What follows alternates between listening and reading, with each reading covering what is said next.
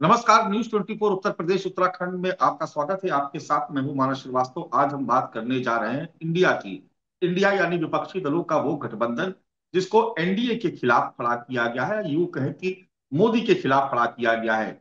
India पूरे देश में भले ही अपना विस्तार कर रहा हो, एक के बाद एक नए साथी उसमें जोड़े जा रहे हो, लेकिन उत्तर प्रदेश जो सबसे महत्वपूर्ण है, जहां पर 80 लोकसभा सीटें आती है और उत्तर प्रदेश से ही होकर के दिल्ली की सत्ता का रास्ता गुजरता है। ऐसे में इंडिया उत्तर प्रदेश में आकर के क्या करेगा, यूपी में इंडिया कितना अपना विस्तार कर पाएगा, और क्या यूपी में एनडीए से लड़ने के लिए इंडिया पूरी तरीके से तैयार है। आज हम इसी पर चर्चा करने जा रहे हैं। तमाम खास मेहमान हमारे साथ मौजूद है। एक एक कर आपका उनसे परिचय भी करवा देते हैं। भारतीय जनता पार्टी के प्रवक्ता संजय चौधरी जी हमारे साथ मौजूद हैं। कांग्रेस के प्रवक्ता जयप्रकाश पांडे जी भी हमारे साथ इस चर्चा में भाग ले रहे हैं। इसके अलावा समाजवादी पार्टी से कपीश श्रीवास्तव जी भी हमारे साथ जुड़ रहे हैं, और राजनीतिक विश्लेषक राघवेंद्र द्विवेदी भी आज इस चर्चा में शामिल हो रहे हैं। शुरुआत करते हैं जयप्रकाश पांडे जी से। जयप्रकाश जी, इंडिया की अगुवाई कांग्रेस पार्टी कर रही है। देश के पैमाने पर देखें तो भारतीय जनता पार्टी के बाद दूसरा सबसे बड़ा दल है। पूर्वोत्तर के राज्य हो या दक्षिण भारत के राज्य हो, देश के तमाम जो अलग अलग क्षेत्र है वहां पर तो आपका प्रभाव है, वहां पर बहुत सारे सहयोगी भी आपने जोड़ लिए। लेकिन अगर उत्तर प्रदेश के परिप्रेक्ष्य में बात करें तो पहले तो कांग्रेस खुद ही बेहद कमजोर है। उसके अलावा जो आपके साथी तो समाजवादी पार्टी को अगर छोड़ भी ले तो इंडिया बहुत मजबूती से लड़ता हुआ उत्तर प्रदेश में दिखाई नहीं दे रहा है। जयप्रकाश जी। देखिए मानस जी, इंडिया पूरे भारत के हर अंचल का प्रतिनिधित्व करता है और हर वर्ग का प्रतिनिधित्व करता है। उत्तर प्रदेश में भी अगर आप देखेंगे तो निश्चित रूप से समाजवादी पार्टी हमारे इंडिया का हिस्सा है और उसके अलायंस जयंत चौधरी साहब हैं। तो और बाकी लोगों के लिए भी दरवाजे बंद नहीं किए गए हैं। और उत्तर प्रदेश में अगर आप ध्यान से देखिए तो जो भारतीय जनता पार्टी का एक मजबूत तथा कथित आधार दिखता है वो उनका कैडर नहीं है। आप अच्छी तरह जानते हैं कि बाकी जो दल हैं, जैसे कांग्रेस को तो आजादी की विरासत के कारण जो भी संगठन या सामाजिक आधार मिला था, और बाकी जो क्षेत्रीय दल हैं वो सामाजिक न्याय की बड़ी लड़ाई लड़के आए हैं। क्योंकि अगर देखिए तो मंडल के बाद जो हालात थे उसमें समाजवादी पार्टी का उदय हुआ था, और निश्चित रूप से बाकी भी क्षेत्रीय दलों का कहीं ना कहीं कुछ न कुछ सामाजिक न्याय की लड़ाई में हिस्सेदारी है।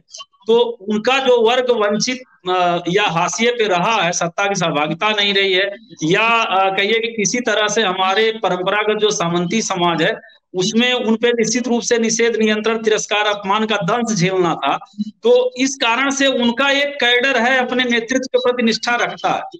भारतीय जनता पार्टी निश्चित रूप से नफरत के आधार पे वक्ती तौर पे इलेक्शन के दिन तो दलित पिछड़ों को हिंदू बना लेती है, लेकिन जब सत्ता सहभागिता देनी होती है तो आप अच्छी तरह से जानते हैं, चाहे उच्च सदन में प्रतिनिधित्व की बात हो तब भी वहां हाशिए पे लगा दिए गए हैं लोग। मतलब जो बिल्कुल अति पिछड़ी जातियां हैं उनका कुछ अता पता ही नहीं है। 35% बाबा जी के सजातीय लोग हैं।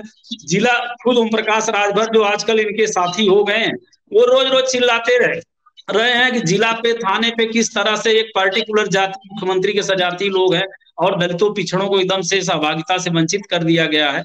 तो स्वाभाविक सी बात है कि भाजपा का जो ये कैडर आप देख रहे हैं वो वास्तव में वोट के दिन हिंदू बनाने की एक प्रक्रिया उनकी, वो भी नफरत के आधार पे और फोबिया पैदा करके इस्लाम का, वो अस्थाई नहीं है। क्योंकि अगर आप 84 से में 2 सीटों वाली ये पार्टी थी, उसके बाद इनका आधार देखिए तो 2017 में भी इनकी कहाँ स्थिति थी, नंबर 3 पे थे। तो वो सारा वोट बैंक चाहे सामाजिक न्याय की विरासत से पैदा है, आजादी की लड़ाई के लोग हैं या मध्यवर्ग के लोग हैं, आज जितनी विषमताएं हैं, आर्थिक समस्याएं हैं, उत्तर प्रदेश में सबसे ज्यादा 37% अब्सोल्यूट गरीबी है, बेरोजगारी सबसे ज्यादा है। तो स्वाभाविक सी बात है कि अगर आर्थिक रूप से पीड़ित वर्ग देख लीजिए, चाहे सामाजिक मतलब दंश झेलता हुआ पिछड़ा अति दलित वर्ग हो, तो वो सारे के सारे लोग इस समय इस भाजपा से मुक्ति चाहते। तो वो सब के सब लोग हमारे इंडिया के साथ है।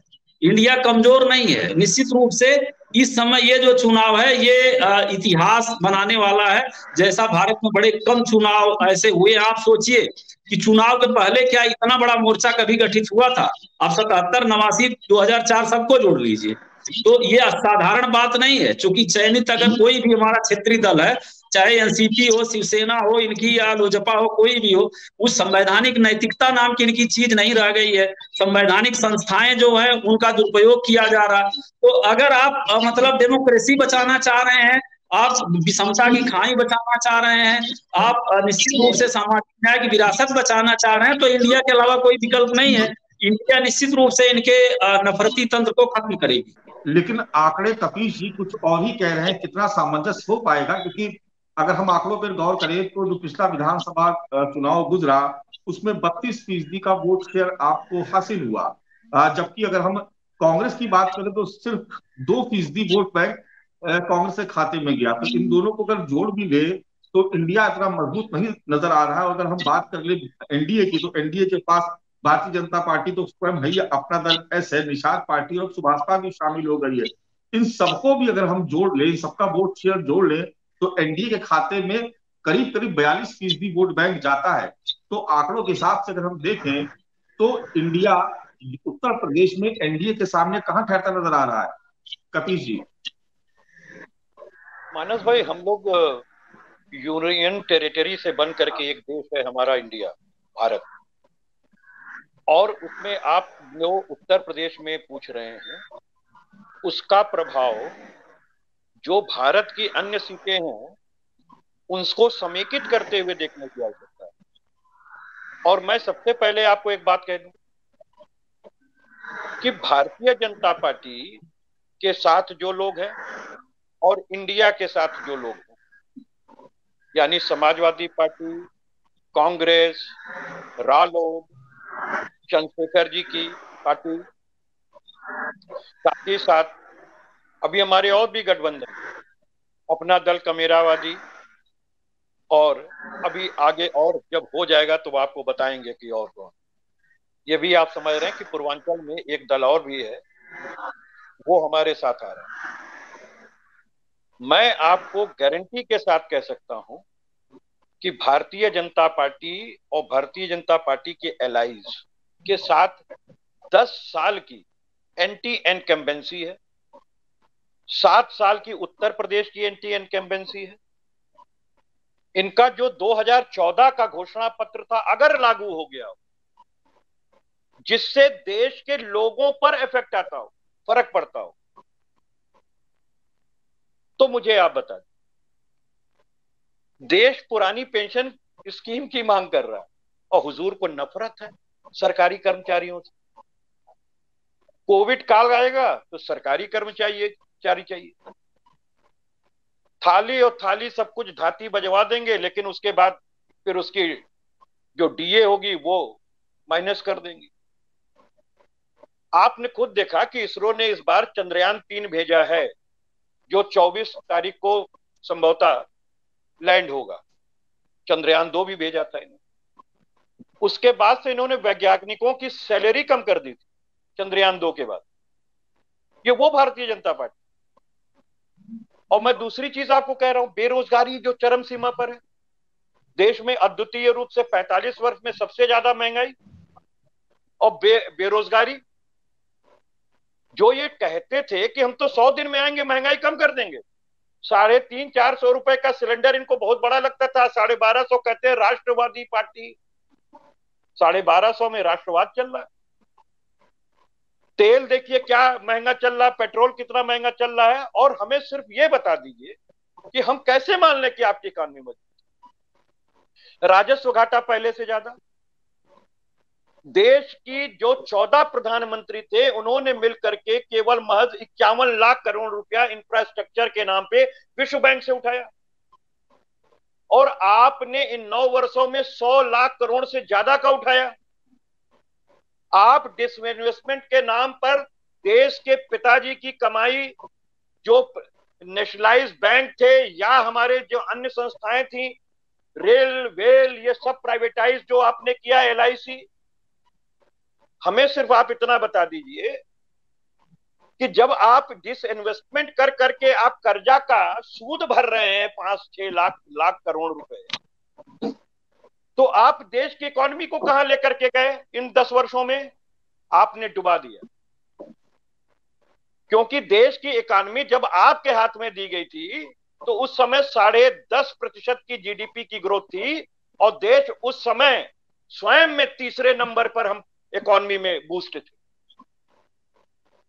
भूखमरी के इंडेक्स पे जहां हम 101 नंबर पे थे, आज हम 113 नंबर पे।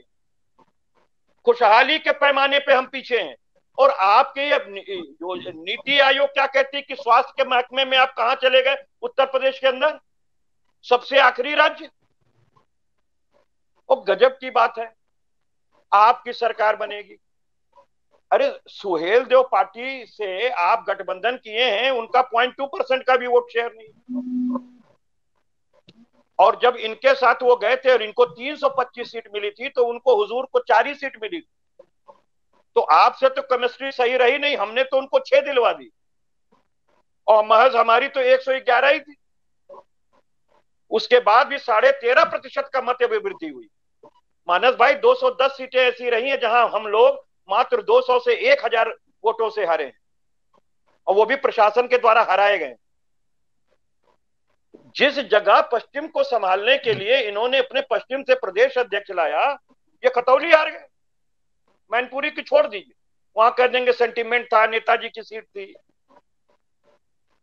मैं तो इस बात को कह रहा हूं कि आप तो कार्यकर्ताओं को हमारे रेड नोटिस दे करके, गड्ढे खोद करके, उनके घर पे बुलडोजर चला करके कोई आजमगढ़ में एक जीत आप हासिल कर लो, तो उसका ये तो मतलब नहीं होता।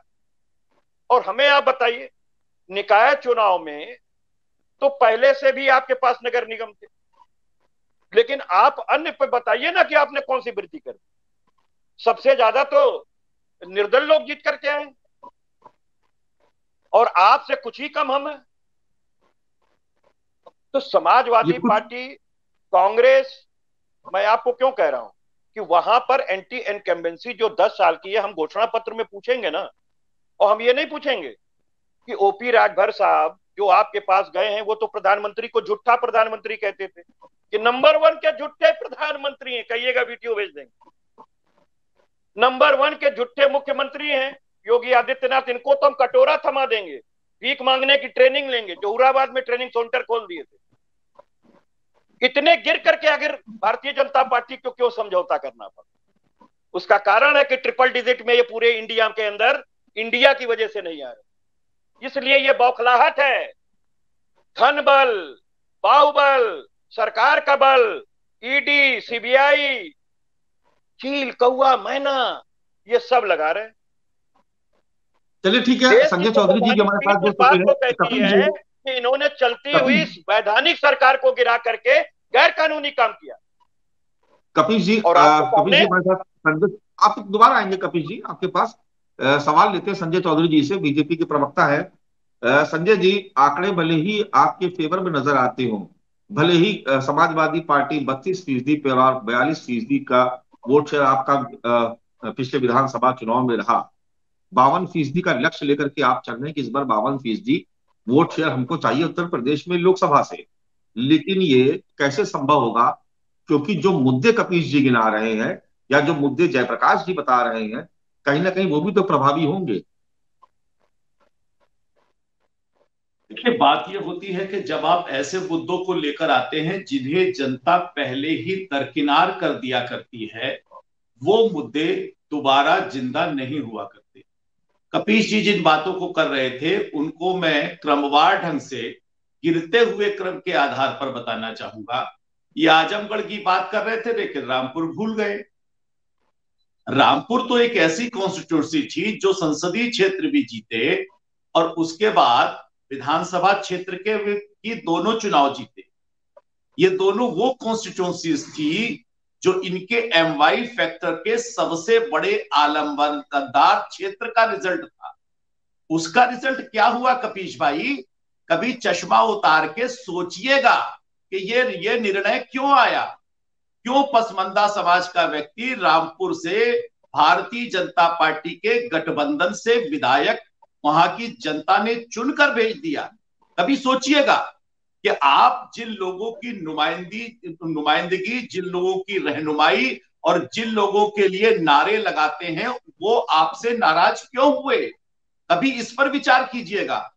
विधानसभा चुनाव के बाद अगर उत्तर प्रदेश की वो जनता जो राजनीतिक रूप से इतनी जागरूक है, जो 5 साल में मुख्यमंत्री से अगर थोड़ा भी नाराज होती है तो लात मार के सत्ता से भगा दिया करती है, वो उत्तर प्रदेश की राजनीतिक रूप से जागरूक जनता अगर योगी आदित्यनाथ को दोबारा जिता कर लाती है तो उसके पीछे क्या कारण है, अभी इस पर सोचिएगा। इसके पीछे वही कारण है कि उत्तर प्रदेश में भेदभाव से मुक्त और भ्रष्टाचार से मुक्त योजनाओं को जनता तक पहुंचाया गया है। आप भले ही सिर हिलाते रहिए, ये वैसे ही सिर हिलाते हैं जैसे कहते हैं कि हम उत्तर प्रदेश में 400 सीट लाएंगे, अभी कहते हैं हम 80 की 80 हराएंगे, और जनता जब इनको चुनाव का परिणाम देती है तो हालत ये हो जाती है कि नगर निकाय के चुनाव में सुपड़ा साफ कर देती है। इसके पहले भी समाजवादी पार्टी नगर निगम के चुनाव में जीतती रही है, आपका मेयर रहा है, और याद ना हो तो मैं याद दिला दूं, कहां गायब हो गए आपके मेयर नगर निगम के चुनाव से? कभी दिल पे हाथ रख के सोचिएगा, आखिर क्या कारण है कि आपके साथ चुनाव लड़ने वाले राजनीतिक दल, चाहे वो महान दल हो, चाहे वो सुहेल देव के हो, चाहे वो आपके समाजवादी पार्टी के विधायक हो, वो इस्तीफा देके आपका साथ क्यों छोड़ रहे हैं? क्यों? क्योंकि राजनीति में कहते हैं कि डूबते हुए जहाज पर कोई नहीं करता, वो छोड़ के भाग जाता है। और इसीलिए आपके साथी, आपके बाराती आपका साथ छोड़कर जा रहे हैं, और इसको भी अगर आप नहीं देख पा रहे हैं तो मत देखिए। पेंशन के मामले में उत्तर प्रदेश राज्य कर्मचारी परिषद के अध्यक्ष तिवारी जी को आप अपने समाजवादी पार्टी में लेकर आए, सबसे बड़ा मुद्दा बनाया, फिर भी उत्तर प्रदेश की जनता ने आपको समर्थन क्यों नहीं दिया? राज्य कर्मचारियों ने आपको समर्थन क्यों नहीं दिया? क्यों? 210 सीटों पे आपने जो बेईमानी की वो जनता सारी जान रही है, और जो सुहेल देव पार्टी के राष्ट्रीय अध्यक्ष और उनके पुत्र ने बनारस के अंदर ईवीएम लूटते हुए आपको 3 ट्रक पकड़ा था, उनसे पूछिए। मैं आपकी बात कह रहे थे वो सही है, अब जो आप कह रहे हैं वो सही है। अरे जब आप लोग कह रहे थे, स्वयं इस बात को कह रहे थे, ईवीएम कड़वा होता है, हाथ उन्होंने आपको पकड़ा था, सुनने के लिए पर जवाब नहीं देना चाहते। आप अगर जितना नहीं रखेंगे तो जनता बार बार लगातार लोकसभा, विधानसभा, राज्यसभा, विधान परिषद, सहकारिता और नगर निगम के चुनाव में बार बार आपको ऐसा ही दंड देगी।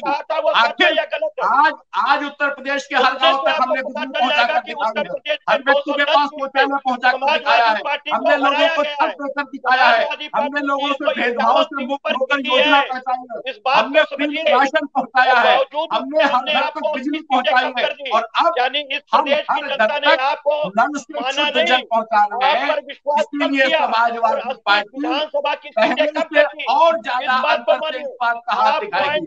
आप कहते हैं ना कि आपका लाभ मिलता है, समाजवादी पार्टी और बसपा जब मिलकर लड़ी थी अब बसपा 10 पाई थी, बसपा 10 पाई थी, और आप 3 पे रह गए, 5 के बाद भी 3 पे रह गए। इसलिए सरकार एक बार फिर से तैयार है। उत्तर प्रदेश में 80 की 80, ये लिख कर रख लीजिए, 80 की 80 और एक बार और संजय जी हमारे साथ नरेंद्र मोदी के नेतृत्व में 24 के चुनाव में भारतीय जनता पार्टी लोकसभा पर काबिज होगी।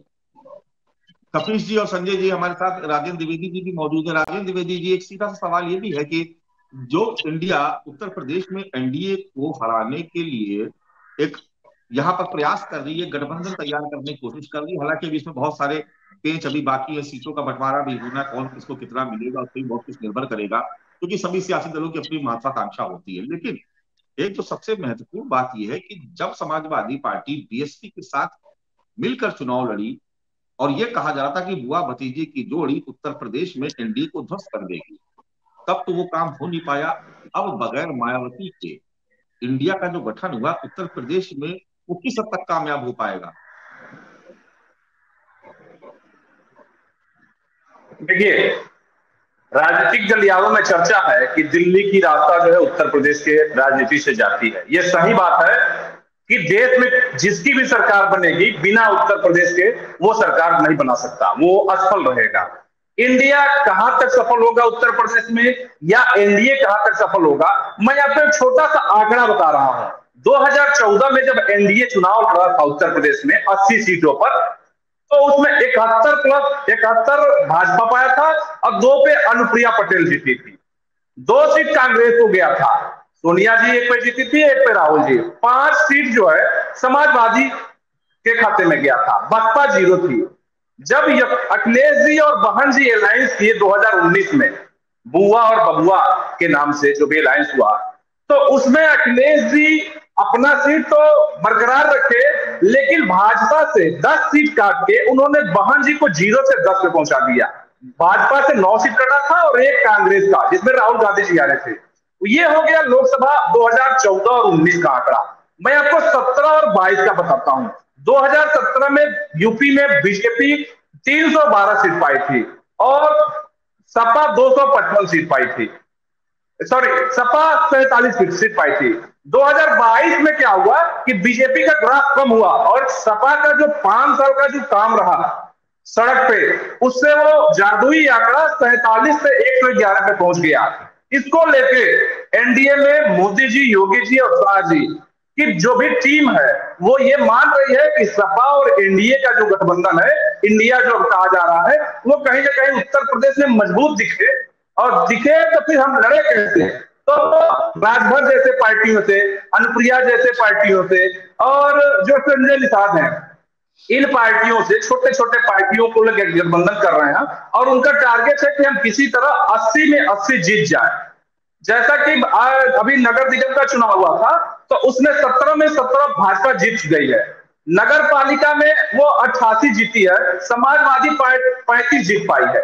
और नगर पंचायत का जो अध्यक्ष का चुनाव है उसमें भाजपा 191 सीट जीती थी और समाजवादी पार्टी 78। लेकिन एक चीज देखा जाए तो सबसे ज्यादा जो बिना दल के थे, निर्दल, 225 सीट निकाले हैं, जिस पे भी भाजपा को मंथन करने की आवश्यकता पड़ रही है, जिस कारण वो छोटे छोटे दलों को एक साथ करने में, चाहे वो यूपी का राजनीति हो या बिहार का राजनीति हो, उनका टारगेट है कि किसी तरह हम अपने अस्तित्व को बचाए रहें, क्योंकि अगर उत्तर प्रदेश में हमारी सीट नहीं निकलती है तो दिल्ली की गद्दी पाना असंभव होगा। जी चलिए, श्रेयास जी भी जुड़ गए हमारे साथ, बहुजन समाज पार्टी के समर्थक हैं, नेता हैं। प्रोफेसर श्रेयास जी, जो इंडिया का गठन हुआ, एक तरफ समाजवादी पार्टी, उसकी विचारधारा वाले तमाम दल उसमें शामिल हैं, दूसरी तरफ एनडीए है जिसमें अभी आपने देखा कि प्रकाश राठौर शामिल हुए, समाजवादी पार्टी से दारा सिंह चौहान शामिल हुए, अभी कुछ और भी छोटे दल शामिल होने वाले हैं। 2-3 दिन में उसका भी ऐलान किया जाएगा बीजेपी की तरफ से, खबर सभी के पास होगी लगभग। बहन जी की भूमिका स्पष्ट नहीं है और ये माना जा रहा है कि बहन जिस तरीके से गेम चेंजर साबित हो सकती है। बहुत कुछ डिपेंड करेगा कि वो किस तरीके के उम्मीदवार देती है, क्योंकि जो पिछला अनुभव रहा है वो ये रहा है कि बीएसपी की वजह से भारतीय जनता पार्टी को पश्चिमी उत्तर प्रदेश में अप्रत्याशित सफलता हासिल हुई, जिसका अनुमान शायद ही कोई लगा पा रहा हो। तो ऐसे में बहन जी की भूमिका बहुत महत्वपूर्ण हो जाती है कि वो किधर जाएंगी, किसके साथ जाएंगी, और उनकी जो स्ट्रेटजी है वो क्या, कोई समझ नहीं पा रहा है। श्रेयास जी। हाँ देखिए, बहन जी ने भी प्रेस कॉन्फ्रेंस करके बोला था और फिर मैं उनकी बात को ही दोहरा रहा हूँ, कुछ बातें अपनी तरफ से भी ऐड करना चाहूंगा उसमें, कि क्या गठबंधन केवल बीजेपी और उसके सहयोगी दलों को हराने के लिए हो रहा है। गठबंधन जो हो रहा है विपक्षी दलों का, उनका एजेंडा क्या है, वो कोई एजेंडा सामने लाएं, उनका माइनॉरिटी को लेके, दलितों को लेके, महिलाओं को लेके या देश के विकास को लेके क्या एजेंडा है। बस केवल ये इस बात पर गठबंधन बना रहे हैं बीजेपी हराओ। तो बीजेपी हराओ गठबंधन बना लेने से क्या होगा, जब आपको पता ही नहीं है कि आप बीजेपी को हरा के करेंगे क्या, आप लोकसभा पहुंच के करेंगे क्या। मैंने बहुत से ऐसे सांसदों को देखा है जो लोकसभा पहुंच के अपने लोक कॉन्स्टिट्यूंसी का सही ढंग से प्रतिनिधित्व नहीं कर पा रहे हैं। तो बहन जी ने इसलिए इस गठबंधन से दूर रहने का फैसला किया है, क्योंकि उन्होंने कोई एजेंडा अभी तक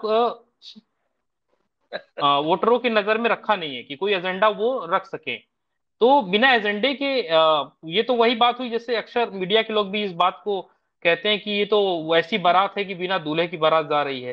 तो कहीं ना कहीं मुझे ऐसा महसूस हो रहा है कि जो विपक्षी दलों का जो गठबंधन हो रहा है वो केवल और केवल स्वार्थवश हो रहा है कि हम सत्ता में आ जाएं, लेकिन सत्ता में आके करेंगे क्या ये किसी को नहीं पता है। तो बहन जी जैसा कि हमारी पार्टी कोई मैनिफेस्टो नहीं लाती है, और बहन जी और कांशीराम साहब जब भी थे वो इस बात को बोला करते थे, कांशीराम साहब, कि भारतीय संविधान ही हमारा मैनिफेस्टो है। मतलब भारतीय संविधान में जो चीजें लिखी हुई हैं अगर हम उनको लागू कर दें, equality for all, justice for all, ये चीजें हम सभी के लिए लागू कर दें तो देखिए श्रेयास कहीं ना जी, कहीं। श्रेयास जी जी जी देखिए कुछ कहने की बात और है, राजनीति में बहुत प्रैक्टिकल होकर सोचना पड़ता है, इसीलिए तमाम ऐसे दल भी मिलते हैं जो विचारधारा से भले ही मेल ना खाती हो आपस में, लेकिन फिर भी कई बार हाथ मिलाना पड़ता है सत्ता तक पहुंचने के लिए। एक बात बिल्कुल। जो समझ में नहीं आ रही कि जिस पीडीओ को लेकर के विपक्ष कह रहा है कि मैं एनडीए को हरा देंगे हम, पीडीए यानी पिछड़ा दलित अल्पसंख्यक, मान लीजिए मैं कि अल्पसंख्यक वोट जो पिछला वोटिंग पैटर्न पिछले कई वर्षों से हम देख रहे हैं कि लोकसभा चुनाव में वो शिफ्ट होता है कांग्रेस के प्रति, विधानसभा चुनाव में वही समाजवादी पार्टी की तरफ चला जाता है। दूसरा हुआ पिछड़ा पिछड़ा जिस पर आपका दावा है, हालांकि बड़ी संख्या में पिछले 10 सालों से बीजेपी के साथ जुड़े हुए, लेकिन फिर भी एक वोट बैंक है समाजवादी पार्टी के पास। दलित वोट बैंक भी इसमें अगर नहीं जुड़ेगा, अगर बहन जी साथ में नहीं आती है, तब तो इंडिया का सपना पूरा ही नहीं हो पाएगा एनडीए को हराने का। तो क्यों ना ये मान लिया जाए कि अप्रत्यक्ष तौर पर आप एक तरीके से बीजेपी की मदद कर रहे हैं बीजेपी और की चर्चा इस बात की मदद। होती है। मैं इस बात पे आ रहा हूँ। बीजेपी की मदद करने का आरोप लगाकर हमारे वोटरों को बरगलाने का काम तथाकथित विपक्षी दलों के जो लोग करते आए हैं, और मीडिया भी उसमें साथ देती है। मैंने पिछले लोक विधानसभा चुनाव के दौरान 2022 के दौरान मीडिया को देखा कि मीडिया ने कैंपेन चलाया कि बहन जी कहाँ हैं, घर से बाहर निकल नहीं रही हैं। बड़े बड़े नेताओं ने बयान दिया बहन जी घर से बाहर नहीं निकल रही हैं, उनका वोटर किधर जा रहा है किधर नहीं जा रहा है। सीधी सी बात यह है कि हमारी पार्टी विचारधारा की पार्टी है, और विचारधारा से समझौता करके हम किसी के साथ गठबंधन कर लें तो हम सत्ता में आए ना आए। माननीय बहन जी ने भी इस बात को कई बार बोला है कि मैं सत्ता में आऊं या ना आऊं, लेकिन हम विचारधारा से समझौता नहीं करेंगे। आप इससे पहले कि 2019 लोकसभा चुनाव के गठबंधन की बात करें तो उस दौरान मैं उसकी बात बहन जी की जो बात है मैं वो बात को रखना चाहता हूं कि बहन जी ने बोला था कि हमारा वोट जो है, दलित वोट जो है, आसानी से ट्रांसफर हो जाता है और किसी पार्टी का वोट बहुजन समाज पार्टी के उम्मीदवारों को नहीं मिलता है। आप देख सकते हैं 2019 के चुनाव में भी यही चीजें आई। तो क्या दलित बहन जी अपने पार्टी या अपने लोगों का, वोटरों का वोट ट्रांसफर कर दें और बाकी लोग वोट ट्रांसफर कर ना पाए? तो ये इल्जाम क्यों लग रहा है? गठबंधन करिए तो आपके भी जो कोर वोटर है उनका वोट भी तो बहुजन समाज पार्टी के उम्मीदवारों को मिलना चाहिए। 10 इस पे सीटें कोई बात आपको नहीं मिली होती है अखिलेश की वजह से, अखिलेश यादव की जी। वजह से 0 से आप 10 पे पहुंच गए। आप उल्टा आरोप लगा रहे समाजवादी पार्टी पे कि उनका वोट ट्रांसफर नहीं हुआ। मैं आरोप नहीं लगा रहा हूं, मैं आरोप नहीं दे रहा। आंकड़े आपके पास भी हैं, आंकड़े हमारे पास भी हैं, आंकड़े आप देख चलिए लीजिए। कोई बात और नहीं शरद जी, इस पे कपिल से जवाब जरूर लेंगे, लेकिन जयप्रकाश पांडे जी हमारे साथ जुड़े हुए। देखिए कांग्रेस सबसे बड़ा दल है जयप्रकाश जी, इसमें तो किसी को संदेह नहीं है, बीजेपी के बाद आज भी दूसरे नंबर की पार्टी है। लेकिन उत्तर प्रदेश में जब आप आते हैं तो आपके पास महज एक सांसद और 2 विधायक हैं। राहुल गांधी भारत जोड़ो यात्रा करते हैं, पूरे देश में घूमते हैं, लेकिन उत्तर प्रदेश की सीमा को छू के निकल जाते हैं। महज 2.5 दिन, करीब 80-100 किलोमीटर की यात्रा। तो उत्तर प्रदेश को तो आपने इग्नोर कर रखा, फिर आप कैसे ये उम्मीद करते हैं कि अखिलेश यादव इतना बड़ा दिल दिखाएंगे कि आपको 20 सीटें दे देंगे, जिसकी चर्चा हो रही है कि 80-20 के फॉर्मूले पे काम किया जाएगा, 20 सीटें आपको दे दी जाएंगी, 60 सीटें अखिलेश यादव रख लेंगे उम्मीदवार उतारने की। तो क्यों दे देंगे अखिलेश यादव आपको? देखिए मानस जी, निश्चित रूप से उत्तर प्रदेश का महत्व है, लेकिन हमारे बड़े भाई संजय चौधरी साहब आए थे तो कुछ सवाल जरूर हम लोगों पे छोड़ गए थे। जैसे ये रामपुर, खतौली, मैनपुर चुनाव का बड़ा जिक्र कर रहे थे, कहते पसमानदा इनके साथ हो गए। तो वास्तविकता ये है कि जैसा कपीस भाई कह रहे थे कि ये सब शासन की लीला थी, क्योंकि खतौली, मैनपुरी और निश्चित रूप से रामपुर में एक ही दिन चुनाव हुआ था। और ये भारत की पूरी तारीख उठा के देख लीजिए तो जहां अकलियत के लोग होते हैं, अल्पसंख्यक लोग या दलित लोग, वो चूंकि लोकतंत्र ही उनके मुक्ति का रास्ता है, तो उनका वोट प्रतिशत हमेशा ज्यादा होता है। लेकिन आप खतौली और मैनपुरी में 54% वोट पड़ा था, और इन्होंने फोर्स लगा के उन्हीं पसमादा पे, जिनके लिए आजकल कुर्बान हुए जा रहे हैं, उनका कुल वोट प्रतिशत 33, मतलब 20% वोट रोक दिया गया था। अब इसका कोई इतिहास में सानी ही नहीं है, कभी सिद्ध कर दीजिए कि अल्पसंख्यक वोट नहीं देता। तो जो शिकस्त हुई थी सपा की, रामपुर का गढ़ जो आपने भेदा था, वो प्रशासन के बलबूते। दूसरी चीज ये है कि ये बहुत खुश हो रहे थे कि हम तो नगर निगम फतह कर लिए। नगर निगम पे तो आपकी तारीख रही है, जब आप नंबर 3 पे होते थे हमेशा, नंबर 2 पे आप रहते ही नहीं। सत्ता से जहां गए आप चले जाएंगे तीसरे पे। मैं यही बार बार कह रहा था कि भाजपा के पास अस्थायी कैडर ही नहीं। वो दुर्घटना से, फोबिया से, नफरत से, कुप्रचार से, इवेंट से, मतलब एक वोट बैंक गढ़ते हैं, लेकिन वो अस्थायी नहीं है। चूंकि वो किस लिए अस्थायी होगा? क्योंकि कोई सामाजिक न्याय की विरासत से पैदा है, कोई बाबा साहब पेरियार नायकर की विरासत है उसके पास, किस लिए इकट्ठा होगा? तो स्वाभाविक बात है कि ये नंबर 3 पे रहते थे तब भी, जब बांझी की सरकार थी, सपा नंबर 2 पे थी, तब भी ये महानगर की सब महापौर बना लेते थे लगभग। तो उसमें कौन सा बड़ा आप तीर मार रहे हैं? जो विधानसभा चुनाव का सवाल है, 39%, इनका वोट प्रतिशत एक नहीं बढ़ा है, 2% मतदान बढ़ा था, ये स्टिल रहे। तो इनका वोट प्रतिशत तो लगातार गिर रहा। मैं एक बात जो बार बार कह रहा था इनसे कि आप जिन दलित पिछड़े का नाम लेते हैं, जब सहभागिता देनी होती है तो आप उच्च सदन में, आपका तो राजपूत मुख्यमंत्री है ही है, तो ये जो कहार है, कुम्हार हैं, बढ़ई हैं, धोबी है, खटीक हैं, इनको आप उच्च सदन में क्यों नहीं देते प्रतिनिधित्व? कितने प्रतिशत? 39% तो राजपूत भरे हैं। हमारे चौधरी साहब के आगे भी संजय अगर राजपूत होते तो ये भी मंत्री हो गए होते। हमें तो बड़ी सहानुभूति है इनसे। तो स्वाभाविक बात है। इसके अलावा जो जातिवाद का निर्लज्ज नंगा नाच चल रहा है, उत्तर प्रदेश में 5 कृषि विश्वविद्यालय, 5 वाइस चांसलर राजपूत है। चलिए ठीक है, वो कर क्या रहे हैं? वादा में आप देख लीजिए 15 असिस्टेंट प्रोफेसरों की भर्ती हुई, 11 बाबा के सजाती हो गए। और केवल बीसी नहीं है, आप वहां देखेंगे रजिस्ट्रार, परीक्षा नियंत्रक, सब सजाती है। हाँ, अगर कोई क्षेत्रीय बात है कि एक एजेंसी है, वो निश्चित रूप से बहुत ज्यादा। और कांग्रेस पे मैं आता हूं कि हमें क्या करना है। कांग्रेस की तारीख ये रही है मानस जी की, वो मास बेस्ड पार्टी है। संगठन निश्चित रूप से कम्युनिस्टों का बढ़िया रहा, जनसंघ का रहा, चूंकि इनके पास जननायक कभी थे ही नहीं। अटल जी को ले दे के किसी तरह इन लोगों ने बनाया, अटल जी बीमार हुए तो 30 साल भाजपा बीमार हो गई। तो ये मोदी जी जरूर प्रचार इवेंट के बल पे आ गए हैं। तो राहुल गांधी का कद, अरबों डॉलर इन्होंने खर्च किया, लेकिन राहुल गांधी, प्रियंका जी का कद निश्चित रूप से हिमाचल, कर्नाटक, भारत जोड़ो यात्रा के बाद वो कहिए किसी के बताने की जरूरत नहीं है। तो वो जब आएंगे और इंडिया के अलायंस के लोगों के साथ सड़क पे आएंगे, तो स्वाभाविक है कि सबका वोट प्रतिशत बढ़ना और भाजपा को निश्चित रूप से विदा होना है, चूंकि वो एक दुर्घटना है। अगर आप लोकतंत्र बचाना चाहते हैं उत्तर प्रदेश में, आप तरक्की ख्याल, एक समरस समाज बचाना चाहते हैं, अगर नफरत की दीवार जो इन्होंने खड़ा कर दी है समाज में, तो उससे अगर आप केवल उत्तर प्रदेश, क्या जहां चले जाइए, अगर कहीं भी आग है, चाहे वो मणिपुर जल रहा होगा, तो आप बड़ा आश्चर्य है कि वो राज प्रायोजित नजर आएगा। गोधरा के बलात्कारी आएंगे तब भी उनका फूल माला से स्वागत होगा, कहीं ना कहीं उनका संरक्षण वहीं से मिलेगा। यही उत्तर प्रदेश के इनके सांसद रहे, हमारी रेसलर बहनें क्या क्या नहीं करती नहीं, उनका चरित्र हनन होता रहा, वो भी सांसद इन्हीं के दल के निकल जाएंगे। तो स्वाभाविक सी बात है कि इस बार जो है जनता इनके सारे जो कुप्रचार थे उससे आजी जा चुकी है और वो निश्चित रूप से मुक्ति चाहती है। हाँ, बसपा के हमारे मित्र, बड़ा हमें आश्चर्य है कि ये कह रहे थे विचारधारा की पार्टी है। अरे भाई, काशीराम जी की या पेरियार की, फूले साहब की, नायकर साहब की जो विरासत थी, उसमें आप ये बताइए कि भाजपा, ये कह रहे हैं कि भाजपा को हराएं क्यों? आप जरा अगर पढ़े लिखे कुछ हो महोदय तो ये जान लीजिए कि भाजपा जिस सनातन धर्म, सनातन संस्कृति के बचाव के लिए है, बाबा साहब सुन लीजिए, ज्ञान बढ़ जाएगा।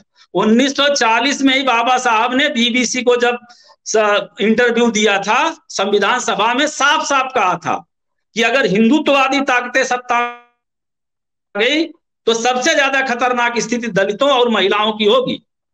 तो आपको इसमें कंफ्यूजन नजर आता है। हिंदुत्ववाद का क्या मतलब है? हिंदुत्ववाद में जानते हैं, दलित के लिए दासता है, उसके लिए अस्पृश्यता है। अकारण नहीं है कि अखिलेश जी की कुर्सी पे गंगा जल डाला जाता है। सीधी में जब पेशाब की जा रही जनजाति पे, तो वो भी कोई भाजपा का है। कोई इंद्र मेघवाल जो कक्षा 3 का छात्र है, राजस्थान में ठाकुर छैल सिंह किसके टीचर थे जानते हैं? जीआईसी के नहीं, सरस्वती शिशु मंदिर के। बनासकांठा जो इनका मक्का माना जाता है, वहां चले जाइए, दलित केवल चश्मा लगा लिया था, उसको पीट दिया गया। वो किसके लोग थे? आप किस दुनिया में खोए? आप स्वाभाविक सी बात है कि भाजपा जिस विचारधारा का प्रचार, और आप दलितों को जो थोड़ी बहुत इज्जत मिली थी, सहभागिता मित्र, सरकारी नौकरियों को सुनियोजित ढंग से आउटसोर्सिंग के हवाले किया गया, तो वो हक क्या पैकेज वालों को मारा जा रहा? 102 से 168 अरबपति हो गए, वो क्या दलितों, मतलब कहिए कि दलितों की हितैषी हैं? अब किस दुनिया की बात कर रहे हैं? इनकी पूरी की पूरी आर्थिक नीति दलितों के जो सहभागिता के रास्ते थे उसको वंचित करने के लिए है। और उसमें जो तथाकथित उच्च जाति के प्रभुत्वशाली लोग प्राइवेट स्कूल से बढ़िया शिक्षा दीक्षा प्राप्त कर रहे हैं, उनके पैकेज तो सुरक्षित हो, तो विदेश जा रहे हैं। तो आप ऐसी पार्टी जो मनुवाद के संरक्षण के बल पे यहां तक पहुंची है, जिसका एक एजेंडा ही है कि दलितों को, महिलाओं को, आदिवासियों को किसी तरह से फिर उसी यथा स्थिति में ले जाना। आप कह रहे हैं कि हमारा विचार है। भैया, दलित का कौन सा विचार पढ़ के आप आए? दलित का पहला, दलित चेतना का विचार यही है कि यथा स्थितवादी जो ये मनुवादी लोग आज बैठे, पहले इनसे मुक्ति पाइए, फिर जो होगा। जब गांधी जी से अंग्रेज ये कहते थे कि अंग्रेज चले जाएंगे तो अनार्की हो जाएगी। जयप्रकाश जी, 2014 में किसी ने कल्पना भी नहीं की थी, चाहे कोई पत्रकार रहा हो, कोई राजनीतिक जानकार रहा हो, या सियासी तमाम दूसरे दलों के लोग रहे हो, किसी ने कल्पना की थी कि दलित वोट बैंक बहन जी से छिटक करके और भारतीय जनता पार्टी की झोली में चला जाएगा? ये तो किसी ने सोचा भी नहीं था, लेकिन ऐसा हुआ। तो उसके पीछे संघ की अपनी रणनीति, उन्होंने पिछले कई वर्षों से वही तो मैं कह रहा हूं मानस जी कि वो एक अच्छे अभिनेता, मोदी जी से निश्चित रूप से कपीस भाई सारे आंकड़े दिए हैं। कोरोना ने इनकी इज्जत रख दी थी। 2016 में नोटबंदी जब से किए थे, 3 क्वार्टरली रिजल्ट उठा के देख लीजिएगा, आर्थिक विकास का सबसे फेलियर सरकार है ये। लेकिन ये है कि ये संघ बधाई का पात्र है कि एक महान अभिनेता को उन्होंने नेता की शक्ल दी। वो उत्तर प्रदेश आया तो पिछड़ा का बेटा बन गया, गंगा का बेटा बन गया। तो उससे हमारे दलित पिछड़े भाई कंफ्यूज हो गए। लेकिन जब नीति निर्माण का सवाल आया सहभागिता का, जयप्रकाश जी देखिए, अभी भी आप उस बात को, मुद्दे को समझिए। बहन जी दलितों की नेता जरूर बनी, उन्होंने उनको सत्ता तक पहुंचाया, कई बार पहुंचाया, लेकिन कभी उन्होंने इतनी हिम्मत नहीं जुटाई कि वो उनके बीच में, मलिन बस्तियों में जा करके उनके बीच पलथी मार करके बैठे, उनके साथ भोजन करे। अगर संघ के स्वयंसेवक लगातार जा रहे थे उन बस्तियों में, चुनाव 2014 के चुनाव से पहले, अगर उनके साथ जाकर के भोजन कर रहे थे, उनके घर में रात्रि विश्राम कर रहे थे, तब तो होड़ मची हुई थी। जब संघ ने शुरू किया तो राहुल गांधी भी पहुंच गए वहां पर, वो भी दलित के घर में रात गुजारने लगे, वहां पर जाकर उनकी खटिया पे सोने लगे। तो जयप्रकाश जी इस बात से कैसे इनकार कर सकते हैं कि अगर कोई पहल करेगा तो निश्चित तौर पर, अगर दलित को लगा कि वो बहन जी की सरकार में ठगा हुआ महसूस हो रहा था, उसको लगा कि अब ब्राह्मणवाद वहां पर हावी हो गया है, बहुजन समाज पार्टी से ब्राह्मण समाज पार्टी हो गई है, तो संघ के जरिए उसने बीजेपी में नया रास्ता बना लिया। तो उसमें आपत्ति किस बात की है? तो विपक्ष की नाकामी है। अरे तो दोस्त देखिए, बहन जी की कुछ मतलब निश्चित रूप से ऐसे आचरण है कि स्वाभाविक है, चाहे हाथरस की घटना हो, कोई भी बड़ी कारुणिक घटना हो, जो दलितों पे अमानवीय अत्याचार हो, वहां वो जाति नहीं है। उन्होंने निश्चित रूप से एक अपनी ऐसी छवि गढ़ रखी है जो लोकतंत्र के लिए नहीं है, निश्चित रूप से राजाओं महाराजाओं के लिए होगी। लेकिन राजस्थान में कौन सा चली गई? दूसरी चीज ये है, अरे सुनिए, प्रियंका गांधी, राहुल गांधी किसी शहजादे की तरह वहां नहीं रहते, जनता के बीच में जाते। दूसरी चीज ये है कि राजस्थान की घटना आप इतनी देर से बोल रहे हैं, मैं भी इंटरप्ट करना नहीं चाहता था, लेकिन आप राजस्थान की घटना जब हुई तो माननीय प्रियंका गांधी जी कहाँ गई? अरे भाई सुन तो लो, बड़ा अच्छा सवाल उठा दिए, सुन लो। घटना दो तरह की होती है। जवाब दीजिए। अरे आपका सवाल मैं उत्तर दे रहा हूं, सुन तो लीजिए। घटना ये है कि अगर सार्वजनिक रूप से दलितों पे कोई अत्याचार होता है तो ठीक है, लेकिन जो 6 सिंह थे वो स्कूल की 4 दीवारी में मास्टर द्वारा पीट के हत्या की गई थी, और वो मास्टर राजस्थान गवर्नमेंट की संचित निधि से वेतन नहीं पाता था, उसकी नर्सरी आरएसएस से हुई थी। सरस्वती शिशु मंदिर का टीचर था ठाकुर छैल सिंह, वही कर सकता था, वही अरे भाई जब योगी आदित्यनाथ गन्ना जल डाल सकते हैं तो आप किस दुनिया में खोए हैं? नहीं सुनिए मैं बता रहा हूँ, ये सुनिए। दोनों से मुझे सवाल लेना है क्योंकि धीरे धीरे समय गुजर रहा है। हाँ मैं देखिए, अब इनका छोड़िए, भाई आपके सवाल पे आ जाता है। ये जो विपक्षी दलों में जो आपसी टकराव है, आप क्या उम्मीद करते हैं? एक तरफ बहन जी की अलग लाइन है, कांग्रेस समाजवादी पार्टी की अलग लाइन है, आप क्या उम्मीद करते हैं कि आप एनडीए से लड़ पाएंगे उत्तर प्रदेश में? देखिए, बहन जी के लाइन ले लेने से दलित, जो अगर बाबा साहब की विरासत में थोड़ा भी जान होगा, चाहे किसी भी दल की, निश्चित रूप से नेतृत्व अपने निहित स्वार्थ से, अपने संपत्ति की सुरक्षा के लिए, ईडी सीबीआई के डर से या किसी कारण से अगर दलित चेतना के साथ समझौता करके मनुवाद की गोद में बैठता है तो लाइए लिख दे भाई साहब, दलित चेतना किसी का पेटेंट नहीं है, वो वहीं जाएगी जहां सामाजिक न्याय की लड़ाई लड़ी जा रही होगी, जहां जमहूरियत की रक्षा हो रही होगी। और भाजपा को आप कैसे कह सकते हैं? भाजपा किसके लिए, भाजपा किसके लिए लड़ रही है? भाजपा तो जाहिर है कि संविधान ही खत्म कर देने वाली है। जो अगर 1925 में भाजपा रही तो आरएसएस के सपनों का भारत बनेगा जिसमें दलितों पर फिर वही अत्याचार लगेगा। जयप्रकाश जी जवाब दे लीजिए, मेरी बात सुन लीजिए, मैंने आपको सुना, आप मेरी बात भी सुन लीजिए। डॉक्टर अंबेडकर जब तक जीवित रहे उनको जीतने नहीं दिया। कौन नहीं जीतने दिया? मंत्री किसने बनाया था? मंत्री गोलवलकर बनाए थे, मंत्री गोलवलकर बनाए थे गोडसे। मैं गोलवलकर की बात नहीं कर रहा हूं, मैं सुनिए और पढ़ लीजिएगा जाके। बाबा साहब का एक जो सबसे बड़ा आंदोलन था महाड़ जल आंदोलन, पानी पीने के लिए मांग रहे थे, सत्ता नहीं। जब वो आंदोलन कर रहे थे नागपुर से कितना दूर था, लाठी लेके कौन लोग खड़े थे? गांधी जी। कांग्रेसी बाबा साहब के साथ थे, यही आरएसएस के लोग, इन्हीं लोगों के गुंडों द्वारा लाठी चलाई गई थी। आप क्या पढ़े, क्या जानते बाबा साहब? जी कुछ कहना चाह रहे हैं, बहुत देर से इंतजार कर रहे हैं। संजय जी आप अपनी बात कंप्लीट करिए। मानस भाई, आपने बहुत देर तक बहुत सुंदर प्रवचन सुनाया। अब इन प्रवचन सुनने वालों प्रवचन को मोदी जी देते हैं, प्रचार मंत्री हैं, तो सुनिए, प्रवचन का ही तो प्रशिक्षण आप लिए हैं। अब थोड़ी देर चुप हो जाइए जयप्रकाश जी। अब जो कहा है उसको सुनिए और नोट कीजिए। ये कांग्रेस पार्टी का प्रवचन बहुत देर से सुन रहा था। असलियत देखिए जरा, कांग्रेस पार्टी समाजवादी पार्टी से समझौता करती है और बात दलित और पिछड़ों की करती है। बात नंबर 1, राजनाथ जी की सरकार उस समय अति पिछड़ा वर्ग आयोग बना हुकुम सिंह जी की अध्यक्षता में, और उसमें बात हुई कि उत्तर प्रदेश में कैसे अति पिछड़े वर्ग को भी आरक्षण का सर्वाधिक लाभ मिले।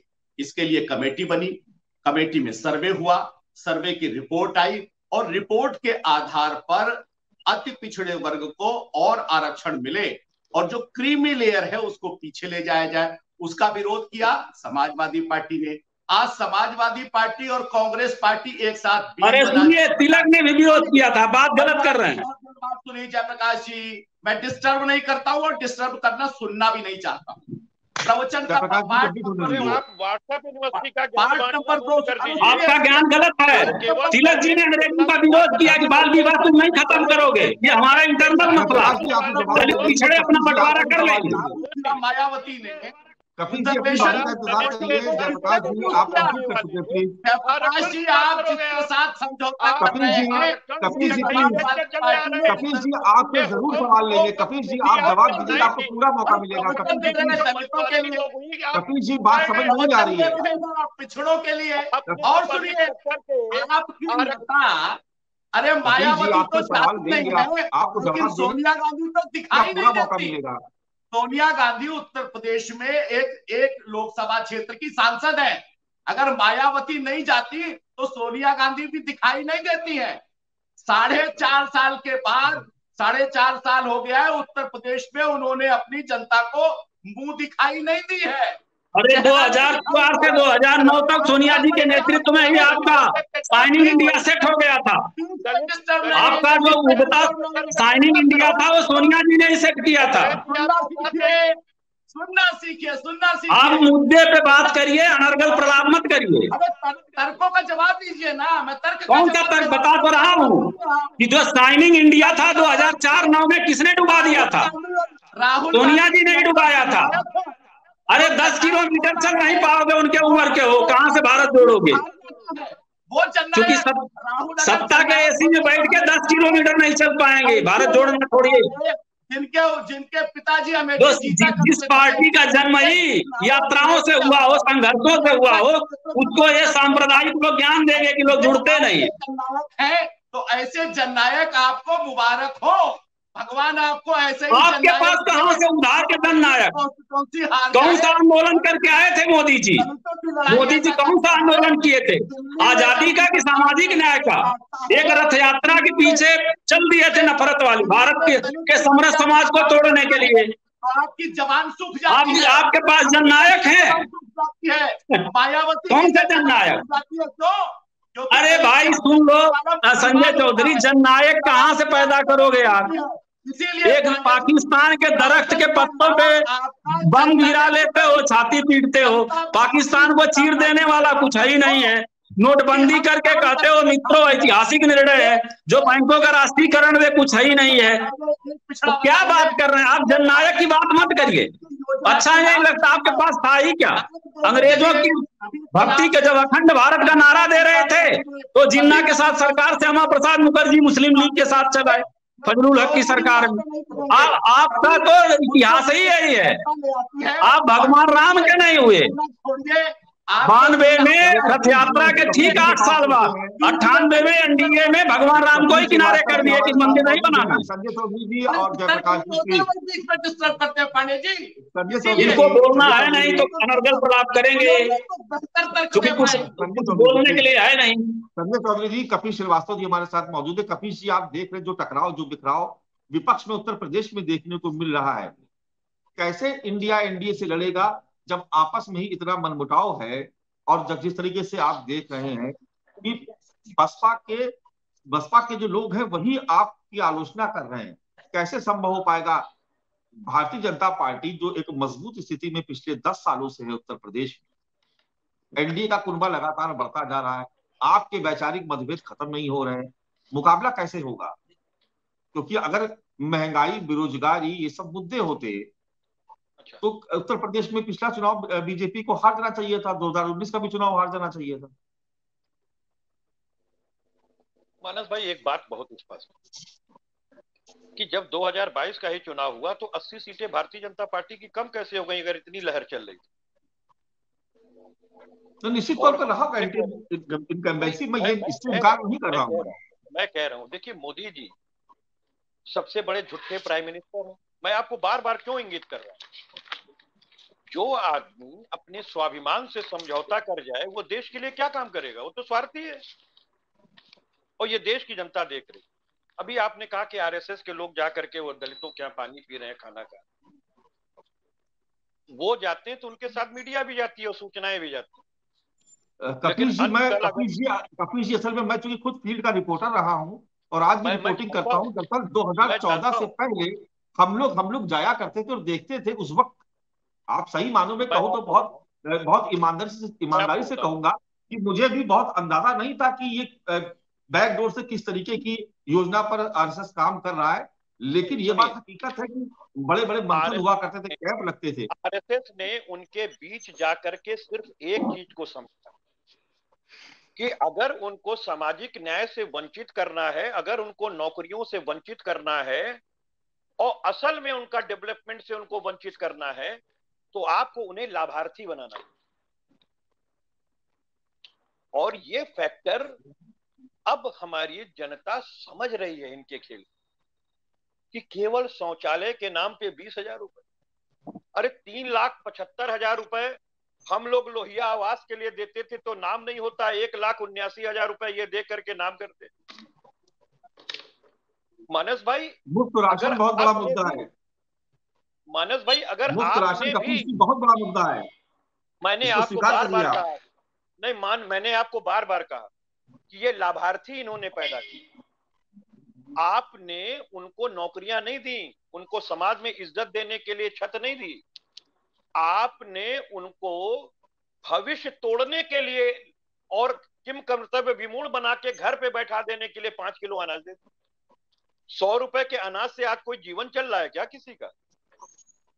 मैं तो मानस भाई बार बार आपको कहा कि आरएसएस वहां जाकर के काम ही यही कही, वो दलित का सपना शौचालय से लेकर के और खनिहारी तक रखना चाहती कि इनको बस इतना दे दो 5 किलो का अनाज, इनको भविष्य का सपना मत दो कि इनके बच्चे आगे बढ़ेंगे। इसलिए जितने इंस्टीट्यूशन थे, आईआईटीज थी, विश्वविद्यालय की फीस थी, लॉ की फीस थी, ये सब मैं बता रहा हूं कि जब मैंने लॉ किया तो हम टोटल का टोटल पूरा लॉ करने में मुझे जो है वो 12,500 रुपए लगे, और उस समय भी बड़ा महंगाई का दौर कहा जाता।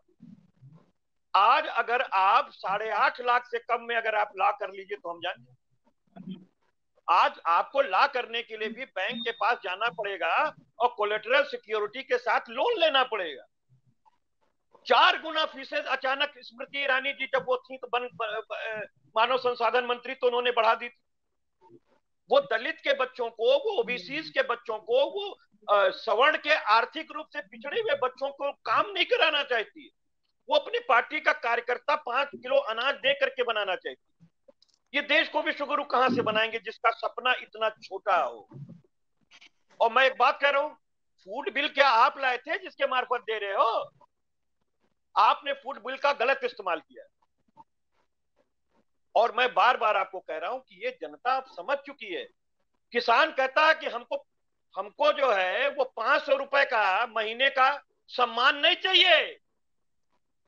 हमारे 5 लोग पानी नहीं पी पाएंगे उतने पैसे में। हमको उचित मूल्य दे दो, एमएसपी दे दो, हमारा गन्ना मूल्य फलाना मूल्य बढ़ा दो, कम से कम छत्तीसगढ़ सरकार जो दे रही है जितनी उतनी कर दो। तो ये तो किसानों को 2022 में जो है वो डबल करने आए थे, आय बताए नहीं थे कि उनका कितना है। और आपने देखा कि अडानी की आय, अंबानी की आय दुगनी करने के लिए क्या नीति हुई? 800 किसान शहीद करा बैठा कर। और आज भी कोई कमेटी का गठन जो हुआ, बताइए मुझे रत्ती भर अगर काम की हो। स्वामीनाथन कमेटी पे इन्होंने काम किया हो। पासमंडा की बात करते हैं, 10 साल से इनके पास गवर्नमेंट है। आपने सच्चर कमेटी की रिपोर्ट को लागू कर दिया। आप तो डबल इंजन और ट्रिपल इंजन की सरकार चला रहे हैं। समाजवादी पार्टी ने कभी डबल इंजन और ट्रिपल इंजन की सरकार नहीं चलाई। और मैं आपको बार बार इस बात को कह रहा हूं, ये खाली दिखावा है। आज हमारे मित्र जो बसपा के बैठे हुए भाई मेरे बैठे हुए, बहन जी ने गठबंधन तोड़ा, समाजवादी पार्टी ने पूरा रिस्पेक्ट तब भी दिया और आज भी दे रहे हैं। और उस समय भी बहन जी ने जो ये कहा कि हमको इनका वोट ट्रांसफर नहीं हुआ, आप खुद देख लीजिए कि बहन जी ने जब हमारे साथ समझौता किया, उन्होंने जिन सीटों पर उंगली रखी, समाजवादी पार्टी ने उन सीटों को उनको लड़ने के लिए दिया। सबसे पहला काम समाजवादी पार्टी ने खुले मन से ये किया। और उसके बाद हम तो 5 के 5 रह गए और आप 10 सीट हो गए 0 से, और आप कहते हैं आपको वोट ट्रांसफर नहीं हुआ। तो ये सबको मालूम है कि आप ये सारी चीज क्यों कर रहे हैं, कैसे कर रहे हैं।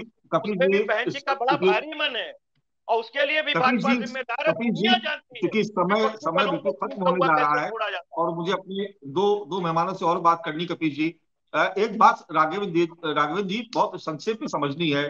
400 का सिलेंडर 1200 में हो गया, किसानों का इतना बड़ा आंदोलन चला, शिक्षा बहुत महंगी हो गई, रोजगार लोगों के पास है नहीं, ये तमाम मुद्दे हैं। उसके बाद भी भारतीय जनता पार्टी 10 साल से अजेय है, कोई नहीं हरा पा रहा है। देखिए, 2012 में पूर्ण बहुमत की सरकार बनी थी समाजवादी पार्टी की। 2012 से लेकर 2023 तक मुझे तो ताज्जुब हो रहा है कि कांग्रेस के पास इतने योग्य प्रवक्ता हैं, इतने योग्य प्रदेश अध्यक्ष हैं, फिर भी कांग्रेस का एक भी सीट नहीं निकल पाता है, एक भी ग्राफ नहीं बढ़ पाता है। कोई जिलाध्यक्ष महीनों महीनों बीत जाता है, किसी पेपर में उसका नाम नहीं छप पाता है। तो कहीं ना कहीं ये दिक्कत है। अगर आपको किसी जातीय समीकरण से सरकार के या किसी भ्रष्टाचार से या किसी भी प्रकार का कोई, आप मुझे बताइए पिछले 6 साल में मुझे तो नहीं लगा कि कांग्रेस पार्टी के द्वारा उत्तर प्रदेश में चाहे अखिलेश यादव की सरकार रही हो या योगी आदित्यनाथ की सरकार रही हो, कभी धरना पे, कभी सड़क पर उतरा हो। पहली बात तो ये। दूसरी बात, अब मैं आता हूं बहन जी के पास। बहन जी लोकसभा चुनाव जब 2014 में 0 हुई थी तभी अपने आप को आउट मान ली थी। वो तो अखिलेश यादव का एक समझ लीजिए कि पतवार था कि फिर 0 से 10 पे आ गई और फिर 24 में लगभग स्थिति वैसे ही दिख रही है, क्योंकि वो किसी की तरफ नहीं जा रही है, न एनडीए की तरफ जा रही है और न इंडिया की तरफ जा रही है। और जो समाजवादी पार्टी है, आपको रोकना पड़ रहा है बीच में, लेकिन एक लास्ट कमेंट संजय चौधरी जी से जरूर ले लें। संजय जी, जो तमाम मुद्दे जयप्रकाश जी ने गिनाए या कपिल जी ने गिनाए, देखिए वो मुद्दे एग्जिस्ट करते हैं। शिक्षा महंगी हुई, बेरोजगारी बढ़ी है, संसाधनों पर कुछ खास लोगों का जो आंकड़े बता रहे हैं कि वो लगातार उनका कब्जा उस पर बढ़ता जा रहा है। बहुत सारे ऐसे मुद्दे हैं। क्या आपको लगता है कि इंडिया का जो गठन हुआ, आपको मजबूर होना पड़ा उन लोगों से हाथ मिलाने के लिए जिन्होंने लंबे समय तक आपकी मुखालफत की, सार्वजनिक मंचों पर आपको अपमानित किया, आज आप उनसे भी हाथ मिलाने के लिए सिर्फ इसलिए मजबूर हुए क्योंकि आपको लगता है कि अगर देश में दोबारा सत्ता में आना है तो उत्तर प्रदेश को जीतना होगा, और उत्तर प्रदेश को अगर जीतना है तो उसके लिए कोई भी कीमत चुकाने को तैयार है बीजेपी? संजय जी। मानस जी, बात नंबर 1, हम राजनीतिक अस्पृश्यता में भी विश्वास नहीं करते और सामाजिक अस्पृश्यता में भी विश्वास नहीं करते। जो हमारे नेतृत्व के प्रति, जो हमारे कार्यक्रमों के प्रति, जो हमारी योजनाओं के प्रति अपना सकारात्मक भाव रखेगा, भारतीय जनता पार्टी उसका स्वागत करने के लिए तैयार है।